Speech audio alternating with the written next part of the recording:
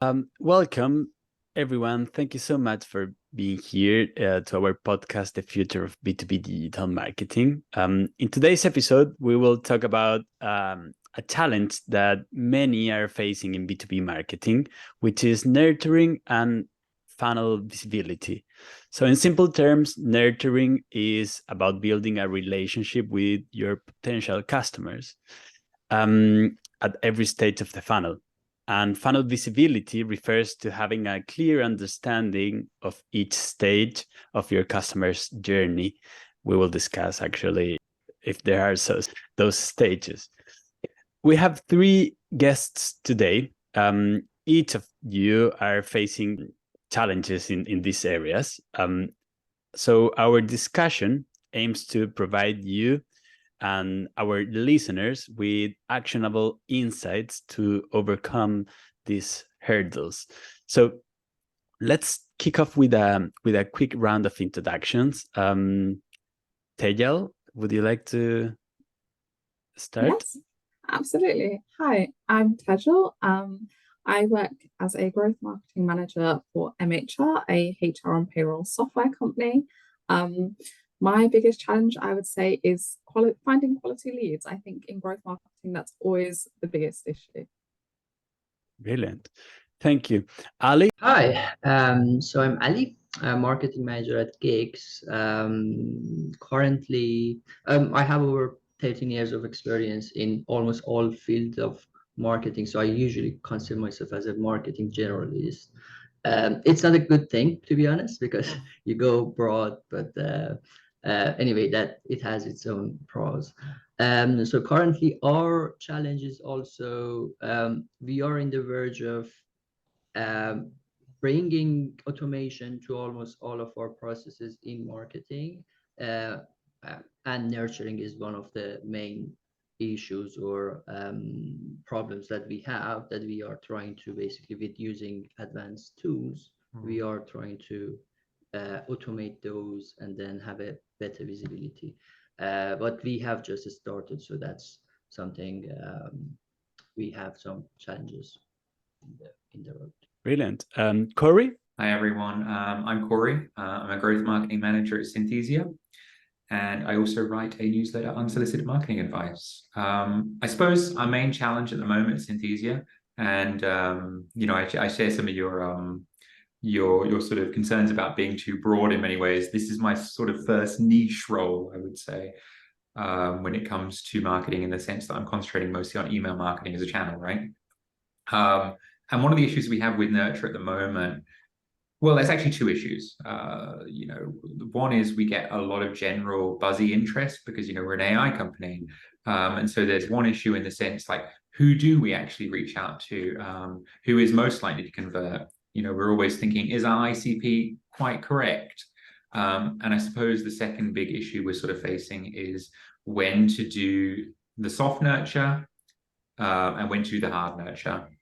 At what point in the journey do we go book a demo? Is it 5 months later? Is it every month, in just case they maybe stumble across us? Is it after we've run a bunch of PPC campaigns, remarketing, and so on and so forth? When do we really try and convert at MQL into that sales qualified lead? Yeah, those are our two main issues, I'd say. Brilliant. And Tom? My name's Tom Gatten. I'm the Chief Executive and founder of Adzact, and I am also designing a nurture program at the moment. And so I'm really keen to learn how it works for all you guys. And yeah, I mean, challenges for us are, unlike you guys, we're a super small team. So the challenge for us is, how do we get something up and running, and then optimize it over time. I think we've come up with an interesting solution, which I can talk about. And I'm Joaquin Dominguez. I'm head of marketing of Adzact. We are hosting the Future of B2B Digital Marketing podcast. So, well, we already started talking about the challenges of nurturing and funnel visibility. Ali, you talk about your main channel, your pain points, that we talk about this in our briefing call, that your activities are disjointed. You needed to have a a full view of the funnel. Tejal, you also talked to me about that you are running very different channels. Currently, you work for education and public sector, and you mentioned that it was hard to create a customer journey because you use very different things like billboards, out of home, or you use Turtle to measure how to interact with content, and you are constantly testing different things. And Cory, sorry, you had like a good problem because you have so many leads. Your company has been really effective creating leads, and so choosing who to nurture and when does soft become hard, etc. So you can't possibly load 5 million emails into HubSpot because it would cost you like 100 grand in HubSpot fees a month or something like that. Yeah, exactly. So the idea of this conversation is to that we can dig deep in your problems and we start talking about them. And please, this is really unstructured. So the idea is that you can unmute yourself, ask questions. Why? We are facing these problems, understanding them, and trying to find solutions together. So please feel free to start. You already talk a little bit, but you can explain to the rest better what are your challenges. We've actually, if I jump in, we've actually had a little bit of a win today. Actually, it's just sort of come out in the sense, talking about hard and soft nurture. So we have a really interesting and very popular lead generation sort of tool at Synthesia. People tend to call it the sidecar. I don't know if that's widely used. But essentially, people like a kind of a sub product that everyone can use. Yeah, exactly. So we, and I can't take any credit for this. This was a baby of people before me, and it's just worked really, really well. It's an AI video generator, just a short clip. You can get a template, you can choose your avatar out of a limited selection, and you can do a little script. You can say, hey Dave, this is me using Synthesia, that sort of thing, or really excited to welcome you to the conference or something like that. And we have this this tool, and as a result, we get a lot of organic interest. It's very easy to use, and we have a form there where you'll get email, first name, last name, potential use case, and so on and so forth. And this is very popular, like among everyone, right? Someone who's in marketing can use it just as much as someone, the grandmother who wants to send their grandchildren a sort of Santa's message. And so we have this sort of lead nurture thing, and it's really, really good. And from that, we identify, great leads. Those people are like perfect to our ICP. We're like, oh my God, they're just like, perfect customers. And obviously the SDRs reach out to them straight away. But we also have these people who maybe aren't like a perfect fit, but they want to talk to us and we want to talk to them. And so we've been working on a nurture flow for the past 3 months, really, on those sort of people, right? Steering them towards a webinar, potentially then getting them to book a demo. And this is on email. Yeah, this is all via email. Right? So because these people aren't in the platform, we can't do in-app nudges. We don't gather their phone numbers, so we're not going to be like messaging them on WhatsApp, and so it's very much email, right? There's additional thing we can do. It's proven some success is remarketing with Google display ads and YouTube, also LinkedIn, which is working really, really well at the moment. But the big win we've had recently, in fact, is messaging. So we have a bunch of case studies of different clients and their results they've had. And literally I was just sort of hypothesizing, and I know it's awfully stereotypical, but my idea was I was using the same touch for North Americans and Europeans. And, my hypothesis was that maybe Americans care more about time because they tend to work long hours, and maybe Europeans tend to care about money because maybe there's not much money, or maybe not as much money as an American company. And I'm like, let's give it a go. And I changed literally the example. So for the European touch, it was 9,000 euros saved per video made for DuPont, and for the Americans, I think it was 10 hours saved per video for DuPont. This was based on a case study, and it's been massively successful, right? It's a hard sell. Attend a webinar, I think it's quite a hard sell. You're in a group, but It's not like, hey, look, here's some cool video we made, right? Or here's David Beckham speaking 10 languages, right? It's not a totally hard sell, but it's quite a hard sell. And yeah, that's just worked really well. And so, you know, I suppose I'll just jump in and share that just straight ahead of time. That, you know, yeah, that understanding your audience, understanding a segment really well. Yeah. Yeah. And experiment, right? Because, you know, there's so much information we have. Why do customers like us? Well, we know X, Y, Z, right? And you want to experiment with those. You don't want to just put everything down. Maybe you just want to highlight one really important thing and work out what's really important to that person in terms of messaging, I think. But yeah, that's just sort of jumping on that. But yeah. Just on your point about experimentation, I do completely agree with that. I'm currently working on building an email nurture program at the moment, not just for my sector, as Joaquin mentioned. I deal in education, so public sector, but actually across the board for the organization. So one of the challenges I'm finding at the moment is how do we make the nurture broad enough that it appeals to everyone, but also have the tailored content so that banking and finance feel included, because private sector feel very different to public sector. And again, as you mentioned, the webinars are really hard in the public sector. No one has the time for them. No one's got the time or the inclination to sit there and watch them. So at least for me, I find that working in my industry, the best way to get people is face to face. Go to events, and it feels really old school to me because I'm very much a digital marketer. I've come from a very digital heavy background. So then to come into a role where actually emails are great because provided you send them outside school time, but everything else in terms of LinkedIn or social media just doesn't really get registered. You say outside of school time? Outside of school time.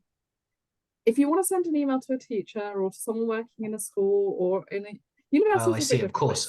Yeah. Of course. You want to get them I'd say 8:15 in the morning or maybe 4:15 in the afternoon.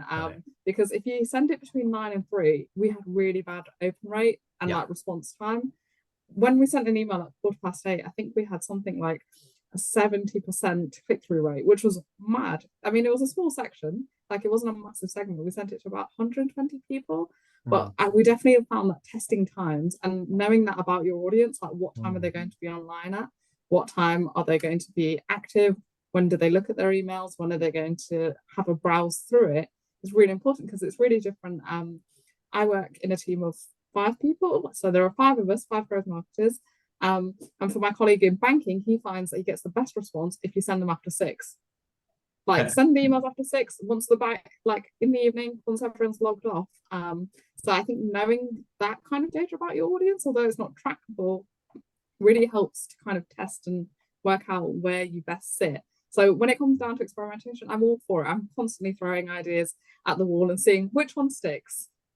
We have a contact, chap called Edwin Abel, who's writes this really good marketing expert, SaaS marketing kind of guru, been around for ages. A bit like you, Cory, your email newsletter. He sends this on Saturday morning, and I reckon it's quite good because it's very soft. He does mention I can do consulting, hit me up at the bottom, but it then gives you the whole weekend where if you are checking your emails, which you shouldn't, but perhaps you are, you see it, and then it's also there first thing on Monday morning. So Saturday morning works quite well for him.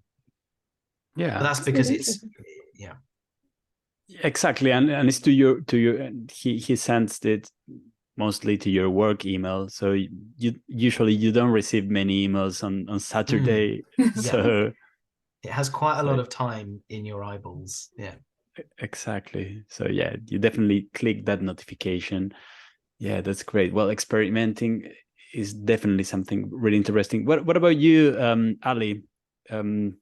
What are your thoughts on it? So I am on board with Tejal about the event. So we had during the last couple of months or even over the last year, we have almost tried all of the channels, all of the different marketing activities that we could do. But in the end, because we are not a SaaS company and we don't have SaaS services that we can easily market and sell, that's the whole marketing is much more difficult because we need to first create the trust. They need to because the duration of projects is not just, for example, 1 month or something. It can be years, and we also consider ourselves, and we position ourselves as total tech ally. So we will be their allies, ally to our clients, and then with each other we grow over the years. So we have some clients over 5 to 10 years even. So building that trust is something that really takes time. And then when we have a presentation at an event, and then when the content resonates with them, it gets much easier. The next steps, it gets much easier because they know us. And also we don't consider ourselves as a faceless company, such as other bigger corporates in tech. So yeah, when we do in-person events or in-person activities, even online webinars, we get a really good attractions. But on the other hand, when we do digital stuff, so that's where it gets harder. For example, if we have lead magnets, we have something, a really cool quiz that we recently launched it with a new UI and UX, which is a digital appetite quiz. So basically they can, in a few minutes, it just has 9 questions. They can take it, and then we will give them a report that where are they in the digital transformation spectrum, and what is their profile, and then there are next is always steps. good. Yeah, it's a really good tool actually. But one thing that it seems it's harder to get people to do it, so maybe something is wrong from our side. But still, we have just launched it last week, the new version, and there is just one ad running at the currently. So yeah, for us, really, building the trust so they can come and sit with us for a long-term service. That takes time. I mean, if we have a really good lead, it can take, for example, even 6 months until we can reach to a contract stage. And yeah, that's something, probably that's why we have as I said, we have the nurturing issue, because we need to first have a really good flow of nurturing so we can warm up the leads, then we can start so yeah, we are in the earliest stage in that case, if that makes sense. It's really cool. Sorry. Total sense to me. I was just going to say, on your point about knowing, meeting them in person, it's that brand awareness element, isn't it? Because I think that's something we push a lot, because we've recently launched a mascot. She's called Harriet the hamster.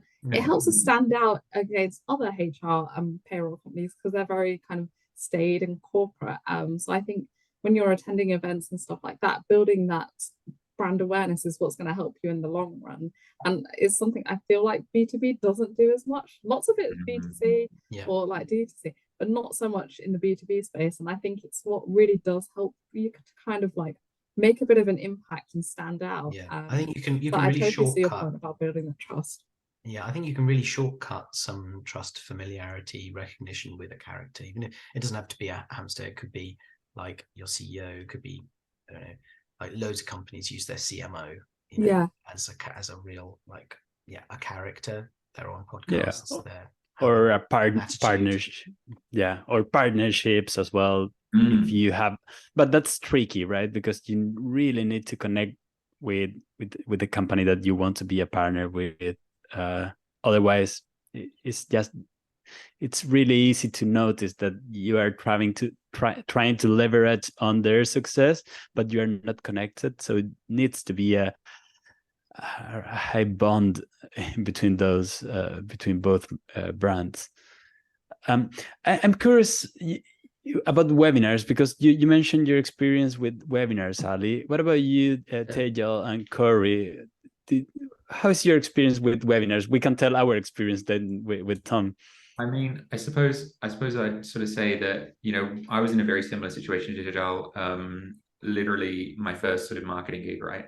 We were quite lucky in the sense that, about a year in, COVID happened, and I know that's not what you usually call lucky, but it was sort of a captive audience for webinars, right? Everyone was at home. But yeah, like I'm very much the case. Who the heck wants to attend a webinar anymore? And I know anecdotally that that's the case because I've been getting so many LinkedIn emails that are like, "We'll give you $100 Amazon voucher if you attend our webinar." Yeah. So clearly not many people are, right? If they But they're not prepared to give up the webinar strategy. No. And but yeah, it's true. It's like webinars, how the heck do you get people, especially time poor people, teachers, public sector workers, how do you get them to attend a webinar? Our main ICP back at Viblu was librarians. Beginning of COVID, they needed our solution. We were very fortunate in the sense that it fell into our lap in that way.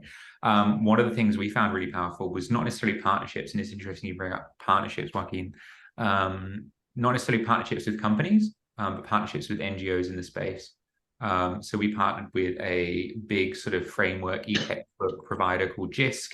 We partnered with the National Library Association. I can't remember the name of it. It's called NAG. But yeah, we associated with these two, and we sort of built that trust as well, right? We essentially leveraged their email databases. They would send out the invite, we would too. And that was like, we're not just talking to some random company, like who has time to talk to XYZ company, right? They were talking to an institution they respect with a company which was a little bit plucky startup. Maybe I don't trust them so much, but hey, they're talking to these people. Yeah.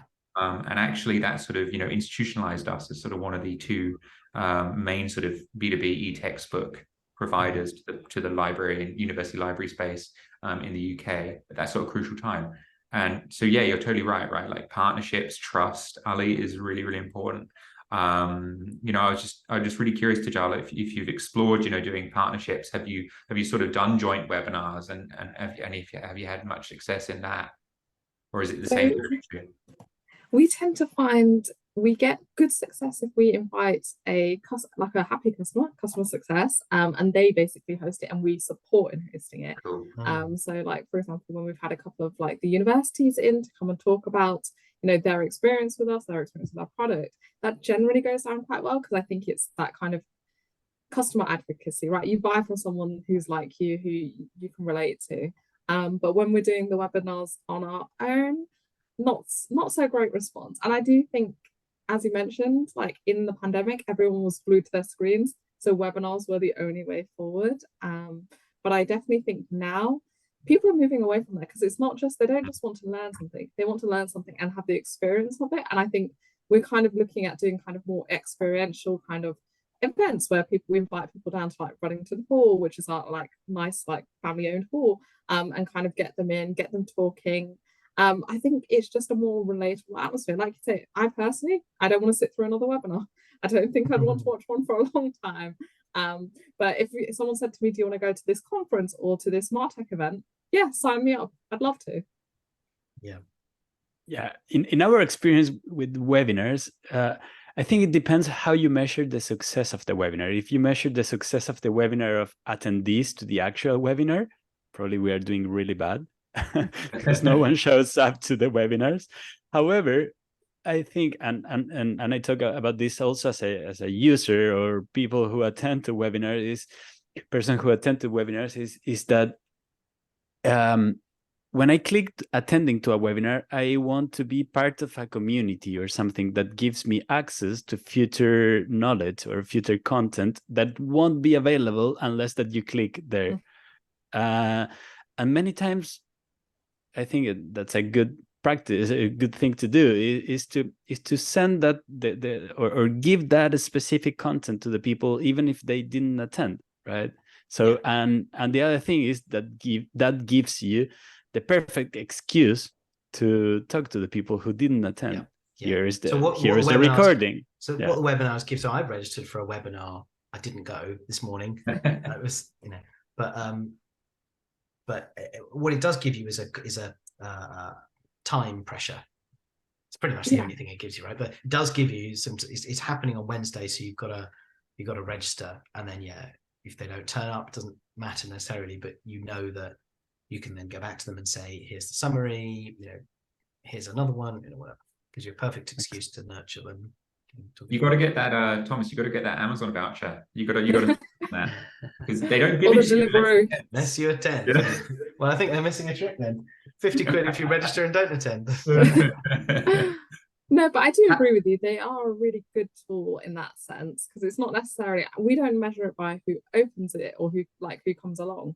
Because like you say, you might have 3 people come along, but it's a great way, as you mentioned, Thomas, to be like, hey, you missed it. Here's the content, or here's a summary of the content. And this is kind of what we try to do with in-person events is we film them. We've got an in-house studio. So if we do have an event, we film them and then go, hey, a few weeks later, we noticed that you missed it. We're running it on demand for a week. Do you want to have a watch? Because I think in nurture, you always need a justification for even just sending someone an email. You need to have a plausible justification, and the webinar does. The fact they've missed a webinar does give you that for one email, probably. Yeah, it's the little hook to kind of draw them in. Something we're doing, which is completely different to this, so it might be slightly off topic, but in terms of like different channels and stuff like that, in the HE sector, so for universities, we're currently experimenting with sending FOIs to all of them to ask them who our competitors are, like what software they're using, what the thing. Like a survey. It's not. No, so Freedom of Information Act. We're literally going, tell us everything you've got about competitors because they're public bodies. wow. They have to tell us the information. When's your tender date? When can we go after you? It helps us then to build the nurture date to go, okay, Q1 next year, we know that University of Sussex, for example, is coming up to tender. Let's hit them. What can we? And so then we're not just spending a lot of time and effort nurturing everyone all at the same time when we could just nurture who we know is coming up next. That's amazing. God, So if only you could do that with businesses. I know. GDPR request. That's cool. Tell me what you think about me. Yeah.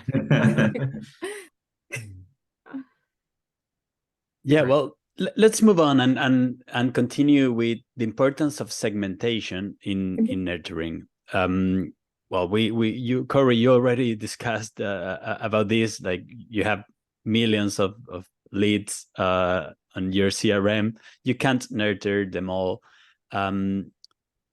If you guys could share your techniques of what kind of segmentation are you using to select leads and go after them with these different techniques that we are talking about?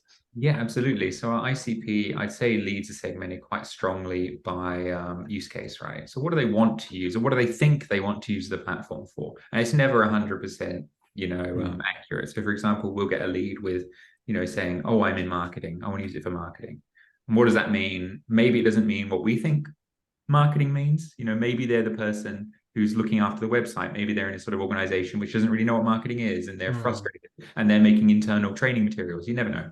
Sales enablement, all this sort of stuff, right? But, we get a broad idea through use case. What does this particular user think they want to use the platform for? And it's not 100%, I wouldn't even say it's like 70%, right? But it gives you that sort of idea. And obviously you get additional attribution information, company size, company location, all that sort of stuff, based on the IP address and stuff. Another thing is whether they use a free email or not. We just tend to find that people who use a free email like Gmail or Yahoo just don't convert as much. Again, not universal. We've had some massive strategic clients. In fact, bizarrely enough, I was just managing YouTube comments one day, and this person asked this question, oh, can you do this in the platform? And I'm like, yeah, you can do it here. And they said, oh, cool, I'll reach out. And it's one of our biggest strategic clients now, which is bizarre, right? Like you don't know where leads will come from, and they can come from the weirdest source, like YouTube comments, apparently. And so, it's not perfect. I don't think you can ever get to perfect. But we find that use case as meaty as possible, right? Mutually exclusive. Can't remember the CE. You don't want to essentially, as much as possible, you want to say marketing, they fall in that bucket, but not L&D, right? In your use case categorizations, if that makes any sense. And how do you build those use cases with? So this is the really good thing about Synthesia. They've got a fantastic bunch of product marketers. I work with them all the time. I'm in growth, but working very closely with product and product marketers. it's about research, right? The best way to determine your ICP and the best way to determine your use case is by literally talking to the customers you already have, going, what do you use it for? Oh, I use it for making training videos, right? Oh, I use it for making videos to send to my granddaughter of Santa Claus, right? And then you're like, okay, how much revenue do they make from us? Sorry, how much revenue do we make from them? What's their response to the platform? Are they enjoying the platform? Is they good at NPS and so on and so forth? And so like fantastic product marketers, some of the best I've ever known, who will literally just go and jump on a call with about 40 existing clients. They'll be like, screw it, this is what I'm doing this week. And a big database, which everyone has access to, of these recorded calls, that essentially, says, oh, I'm head of L&D for, in big insurance corporation. Here's what I use it for. Here's my frustrations. And you just let them talk. And then you summarize that. And so, of course, yeah, it's really, really, really cool info, and it's publicly available to the whole company. Yeah. And from that, they shape use cases. So it's really nice. That is amazing. I'm not going to lie. I think product marketers are amazing. Our product marketers are fantastic, like yours. Like, they'll find all the information. You ask them a question, they will dig to the very ends of the earth to find the answer for you. So I totally agree. It's really interesting to hear about your segmentation process, especially on like a use case basis, because we've tried that. We've tried like going, oh, they're interested in HR or they're interested in finance, and it didn't really work for us in the way that we were hoping. We definitely found that when we divided them up by kind of, these are universities, like higher education, this is what we're going to go after, these are the people we need to be talking to, like by job title, versus because it's different. Like if you look at what the job titles we deal with it in a college are, they're probably like IT manager or administrator, or looking at the software at a university level, they have like specialist people.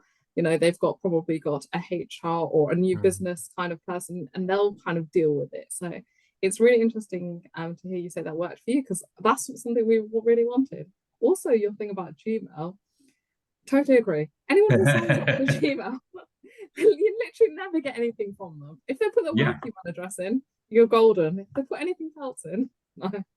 But that's the crazy thing, right? So Gmail, we've had some strategic clients that come from Gmail, but by and large, I've tested it. It's not worth, enrolling them as marketing contacts and paying however much you're paying for them, right? Usually. But it's quite interesting. These things can change, and they can change. I was talking to Joaquin yesterday about it, right? And Thomas, and these things change overnight. Bizarrely enough, we have different regions now as well we're segmenting by.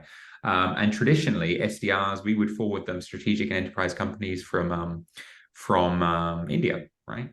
And they would be like, oh, they never convert. There's no budget. They'd never convert. Stop sending me leads from India. And we're like, well, let's revisit this. And actually, within the past 2 months, we've got like a phenomenal conversion rate for leads from India. And so it's like, these things can change like overnight. And then you need to be like, okay, maybe our use cases aren't even working anymore, and it's a constant struggle. And that's where product marketers are phenomenal, because they will anticipate that and be like, actually, now our main segment is fast food chefs. Okay, cool. Let's pivot the whole business.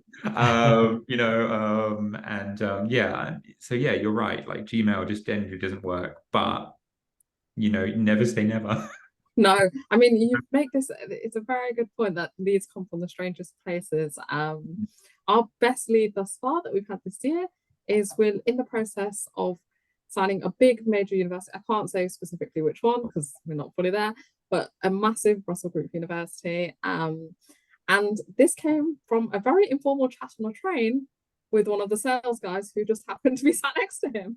And they were literally just talking. And they're like, oh, blah, blah, blah, I'm so-and-so. Both of us are similar age. And the guy was like, oh, I'm really interested in new software. And our sales guy was like, oh, tell you what, I've got all of this. And it's now just yeah, networking is oh yeah, so good, isn't it? And if you can provide more opportunities for networking, I mean, a webinar is not really a very good example, but communities might be, like online communities, like little communities on Slack or something. So if you can like create spaces for, you often get people with Gmail addresses, to use a kind of use that cliche, people that are not going to buy, like super enthusiastically contributing to the community, and all they do is just like bump up the the visibility of activity. But then, yeah, if you probably need hundreds of people on there before it's a viable conversation at all. But if you can get there, it's just an opportunity for networking, isn't it? You can ask people, you can ask them questions, can't you? In theory. Podcast can be also a really good way of networking as well. So we do that as well on a regular basis. We have the Innovation Room podcast, which we invite, for example, the leaders in businesses, and then we discuss about the future of tech in different businesses. And those conversations and also the networking that happen within the podcast, that leads to other networking, so they know someone. Just giving the game away, Ali. Yeah, so so that works for us as well. So we had some really good connections. I love the idea of the YouTube comments though as well. Like if you could, I know. I mean, that sounds really interesting. Is that at the current company, Synthesia? Yeah, it is. It's not a strategy at all. It was just completely fell into our lap. YouTube comments on our videos are almost universally. Well, they ask questions which are really interesting, and they say, "Oh, I love this software," and it's like cool. And then sometimes you get some trolls, and then you get people who are like, "Man, this avatar is really, really hot," and we're just sort of like, Oh my god. Okay, all right. We make videos for corporations, but okay. We make videos using us, but whatever. But yeah, like YouTube is an interesting one. I suppose I just ask as well, like going on to that community point, you know, obviously there's always talk about, is Discord the best? Is the Facebook group the best? Yeah. What have people found that's most useful? Like we do that as part of our nurture. We invite people to our Facebook community, and that works for us for a number of reasons, and we'll get into them. But you know, what's the weirdest or the hackiest sort of thing you've done with community? A previous company I tried and failed miserably. Nobody wanted to join, setting up a Minecraft server. But you know, That's interesting. I'd be a little bit late to the game on that one. But yeah, it was good fun. But yeah, we've talked a lot about Discord, and we currently use Guild, which is supposedly it's like WhatsApp for businesses, corporate version of WhatsApp. We will invite you to be part of our Guild community, and you will see yourself. Yeah, absolutely, you'll see it. But I don't know the right answer. But I like the idea of the YouTube comments because, yeah, I think perhaps when I think about it, Synthesia probably has a disadvantage there, given how broad the appeal is, which is kind of tied to your overall challenge, I suppose. But if you had something that was less, slightly more focused, then you absolutely, because people, I mean, YouTubers absolutely have a community in their comments. They tend also to have a Discord, I suppose, don't they? But, yeah. Just Discord, I guess, one feedback I have from some older people in general about Discord, they can't work with Discord. Discord is just, they're like, it's for younger people. It's for gamers. I really love Discord, Slack? But I guess this is something I have heard. I mean, I kind of think that maybe Slack is probably the most boring answer, but possibly also quite a good solution. It's really interesting to have this conversation about like different channels. I was going to ask about this, just kind of be like, what's the weirdest thing? Because in a previous role, we tried Discord. We were doing a generative AI event, so we tried to build like for the event day a Discord where people could come and chat and like all of that. I use Slack personally, so I'm a member of quite a few Slack groups for like marketing, but also for hobbies and stuff like that. I love it, but I think Ali is right when he says that it comes down to your demographic. Because in my previous role, a couple of roles ago, I worked for a medical device company who sold to, like, I would say, like patients in their 60s and 70s. Facebook pages was really the best we were going to do with them. In my current role, we find that it's not really about building our own community. It's more about being a part of existing communities. So we're like joining LinkedIn groups. We try to make ourselves a bit more known. We try to collaborate with like other partners and stuff like that. Because I think the challenge with building a community is that it sometimes becomes a little bit kind of echo chambery. Like I found that in previous roles, when you build your own community, you kind of get in a lot of like-minded people, and they're all kind of like they're very complementary, but they might just echo the same thought about the software, the product, the company.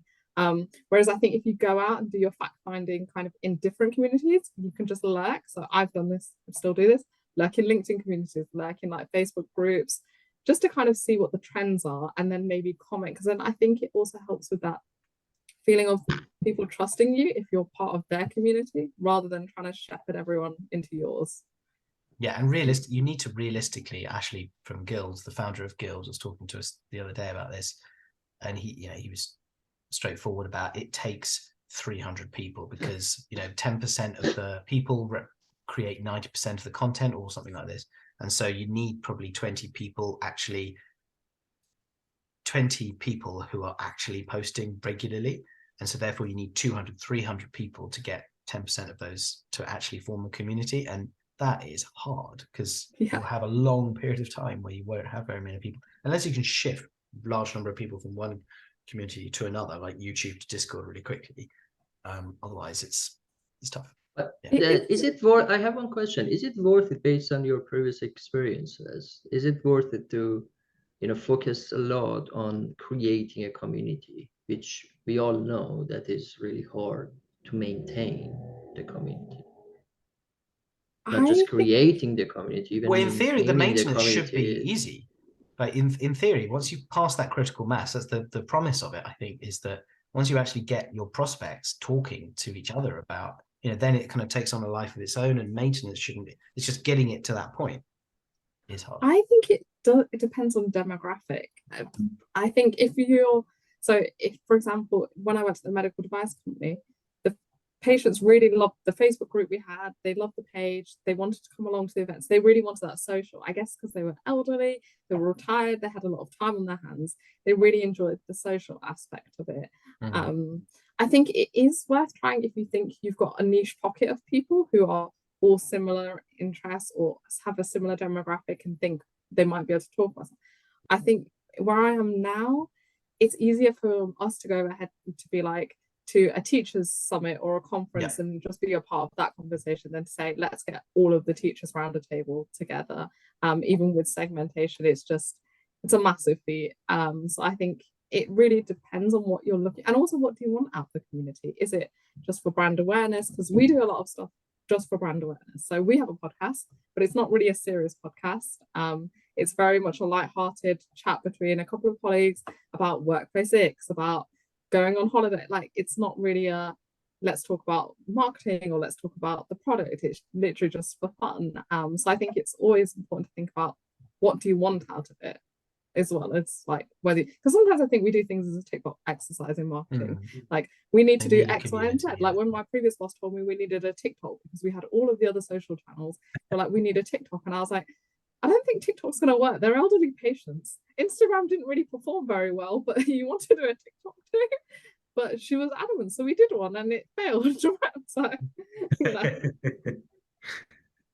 Yeah, a recent experience with a community that I had was they moved it's a software company, and they moved all their customer service to their community.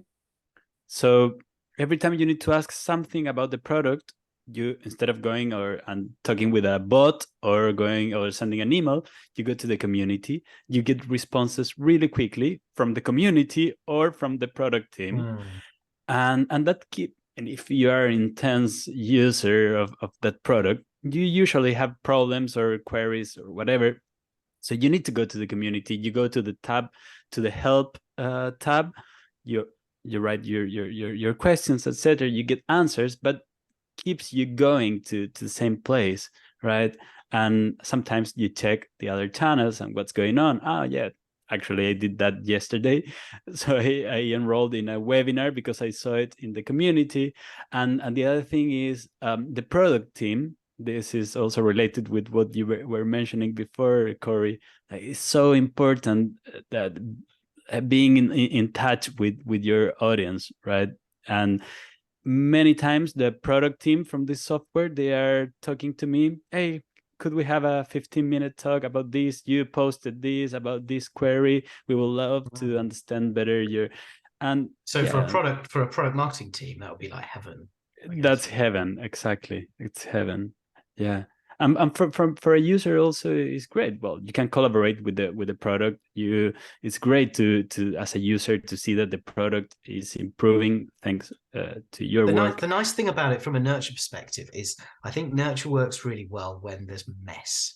So like when you can, like when people can interact with you in a non-linear way, where they're not getting 6 Mm. structured emails in a boring way, where there's mess or like Yeah. unstructured stuff, and they can kind of dip in and out, it makes it much longer lasting. Because at the end of those 6 nurture emails, what are you going to do? You're going to send them again, or you're going to wait 6 months and then send them again? It's boring. But if a community is only one answer, I think there are others as well. I think you can send messy emails. I think you can create like multivariate emails, and and basically create variations of these emails randomly, and then send them to lots of people. And that way you can send them more emails for longer, I think, because they're not getting the same sequence. You can still, it's hard to do the analysis, but you still can do it these days with more AI style tools. I think it's like, we have so much content. Whoever's making it, the creative team, the growth team, the marketing team, the L&D team, we have a bunch of different content for a bunch of different purposes. And messy, you're right, it works so much better because, my manager is always trying to drill it into me, and it's so true. It's like each email that you do as part of a nurture campaign should stand on its own 2 feet, right? Because nobody's opening every single email from anyone. So you can make an email independently interesting. One of our that's why, like, did you see my previous email is incredibly useless, because you're right. You pretty much have to repeat everything in every email. And also, you also get a bit of benefit, even if you're, well, I suppose if you're looking to get someone on a demo, right? That's the hardest sell, in my opinion. The headline you can use for that email is time for a chat. Or, you could do like a personalization, Synthesia, brackets, Cory, like that sort of thing. Yeah. A little bit of that. But there's very limited things. And when you're doing a long nurture, what I find really beneficial is you can do really clickbaity stuff. As I said, one of the most popular is David Beckham speaking 10 languages, which is a piece of content they made 3 years ago, which is really relevant. But it's like, it draws in attention. It's like, oh, they made David Beckham speak 10 languages. Okay, cool. And so, you don't even need to worry about the CTA almost. It's literally just, we exist, we do cool things, we're here when you need us. And I guess if you have a really good content hub or knowledge center or something for people who can navigate all of, because let's say someone is looking for a service it doesn't take them 6 months to decide. They need something, and they are in a research phase. Then in a week, in a 2 weeks, a timeline, something like that, they want to find the right service. And then if you are lucky and you're sending out something to them, email nurture or anything, or an ad they are watching that is relevant to them during that period of time, and then it leads them towards basically a page or multiple pages even, that they can access to anything that they want. You can gate those content as well. And then this way they can do their research on you. And if another really good example of kind of mess is a website, which is a bit of a mess because there's lots of links, there's lots of content. But that's great, as you say, so people can choose their own path through and then come back to it and then come back to it and then ignore it for 6 months and come back to it.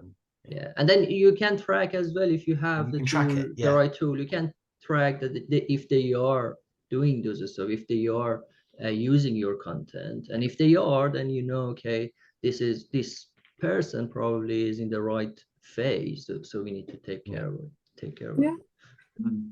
That's a really good point, Ali. That's what we use. We use what we class as an interest score, and it's tracked across like websites, tracked across emails, it's tracked across downloaded content.